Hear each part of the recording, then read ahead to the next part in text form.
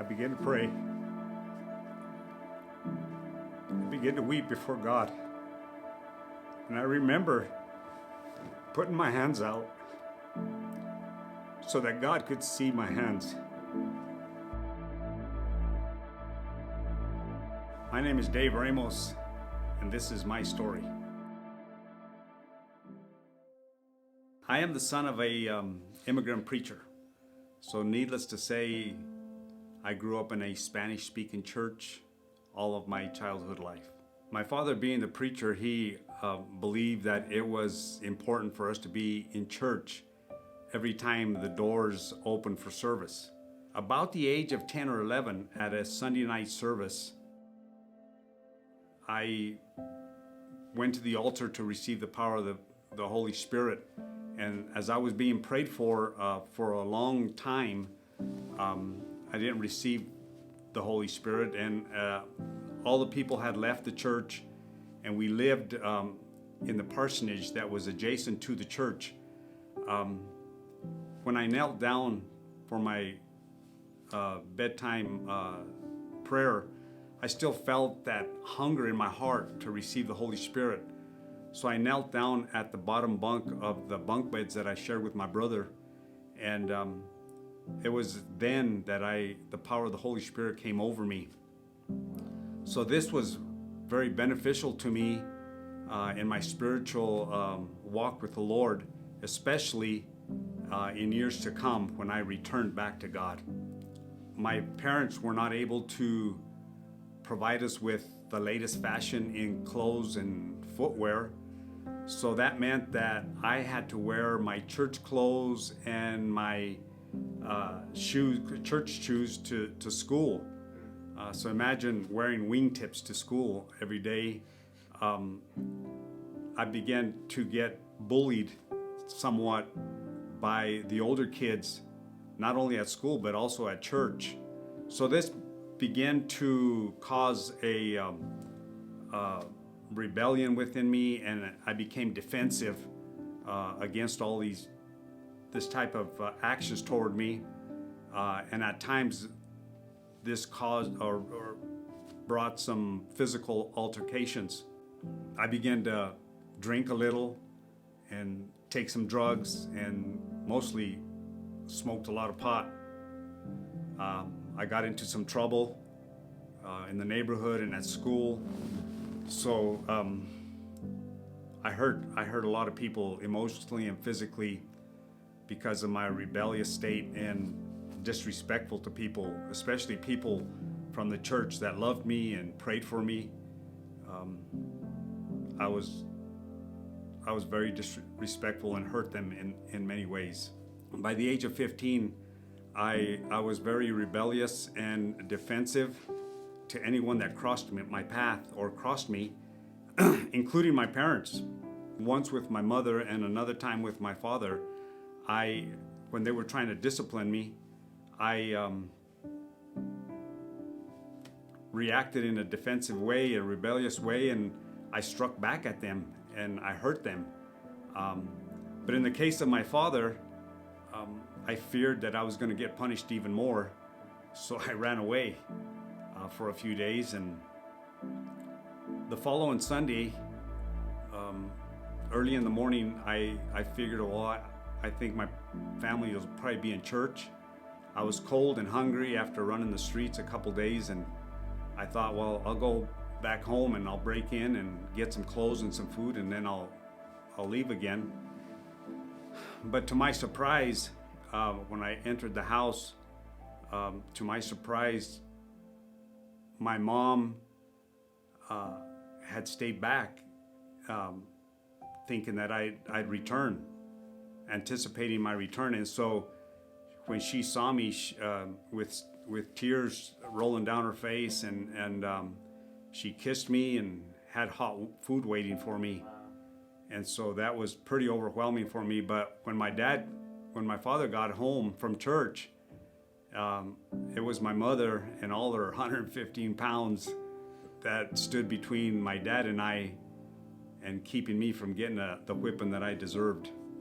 At the age of 17, I decided to marry my pregnant girlfriend. It was 1972, and she was 15 at the time. It was tough. I mean, I continued in my shameful ways, in my selfish ways. I continued living that kind of life, and I was abusive to my young wife. And when our son was born, I was proud to be a father, but the Holy Spirit was convicting me of the way I was living. And one of the things that kept running through my mind was, how are you going to be a father to your son? So at one time, we were in I was with my wife and my young son in my 1970 Cougar, Mercury Cougar, and we were arguing about something, and because of my anger management problem, I was not able to contain myself, and I almost caused a serious accident that it even scared me.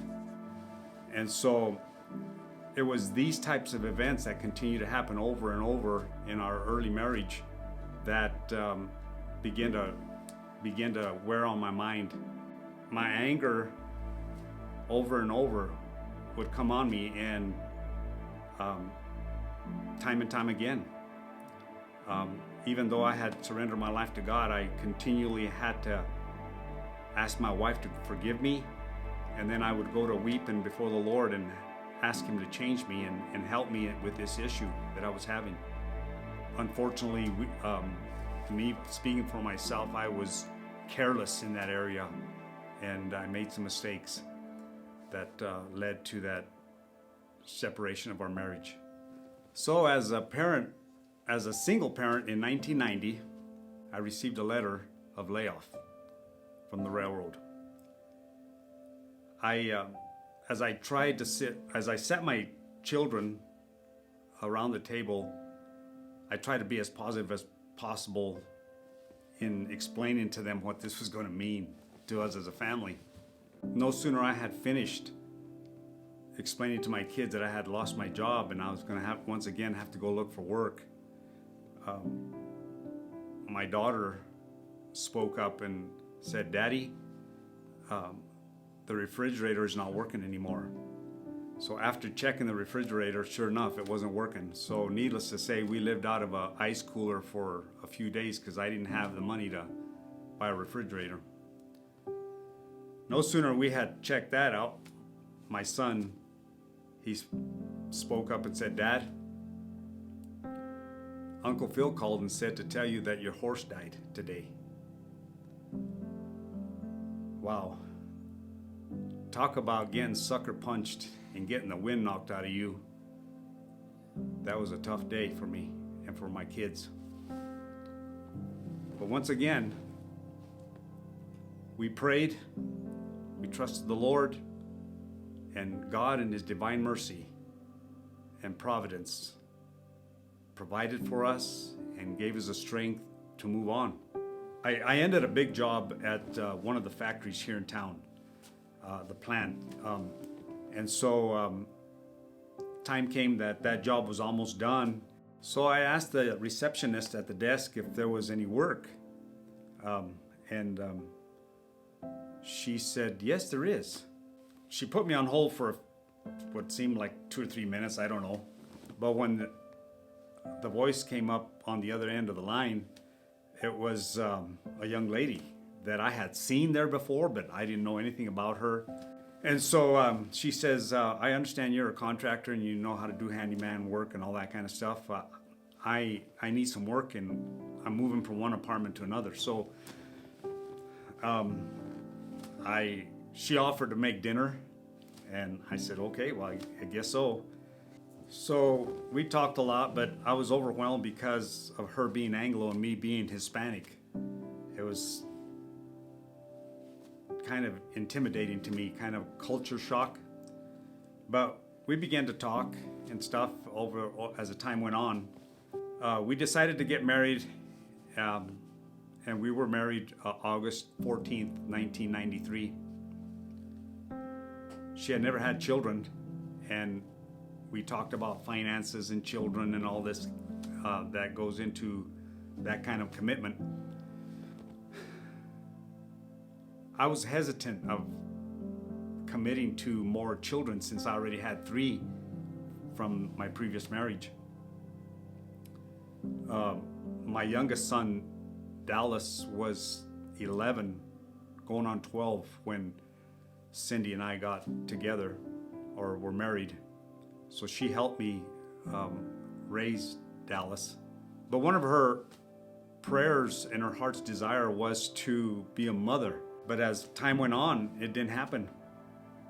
It wasn't happening. 5 years went into our marriage and it wasn't happening. We couldn't get pregnant. So we talked about maybe adopting. And a team from here used to go to Mexico and work in churches and orphanages. And one of the team leaders approached me and says he knew our prayer.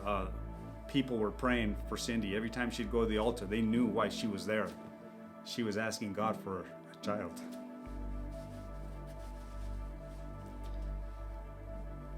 The team leader approached me and said, "Hey, Dave, you know Spanish and you know how to drywall and build. Why don't you go with us? Maybe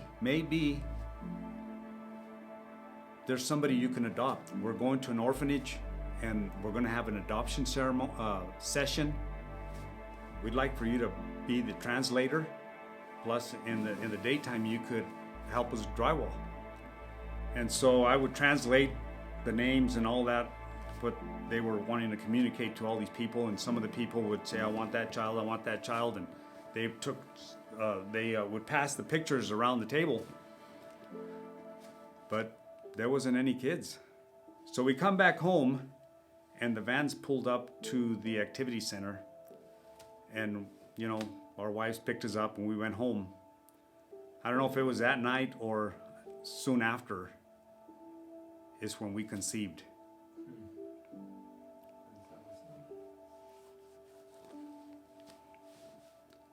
I don't know if that was a step of faith, a step of sacrifice on our part, I don't know. But God blessed us, and today we have a 21-year-old son. I don't deserve what God has done for me and given me or blessed me with.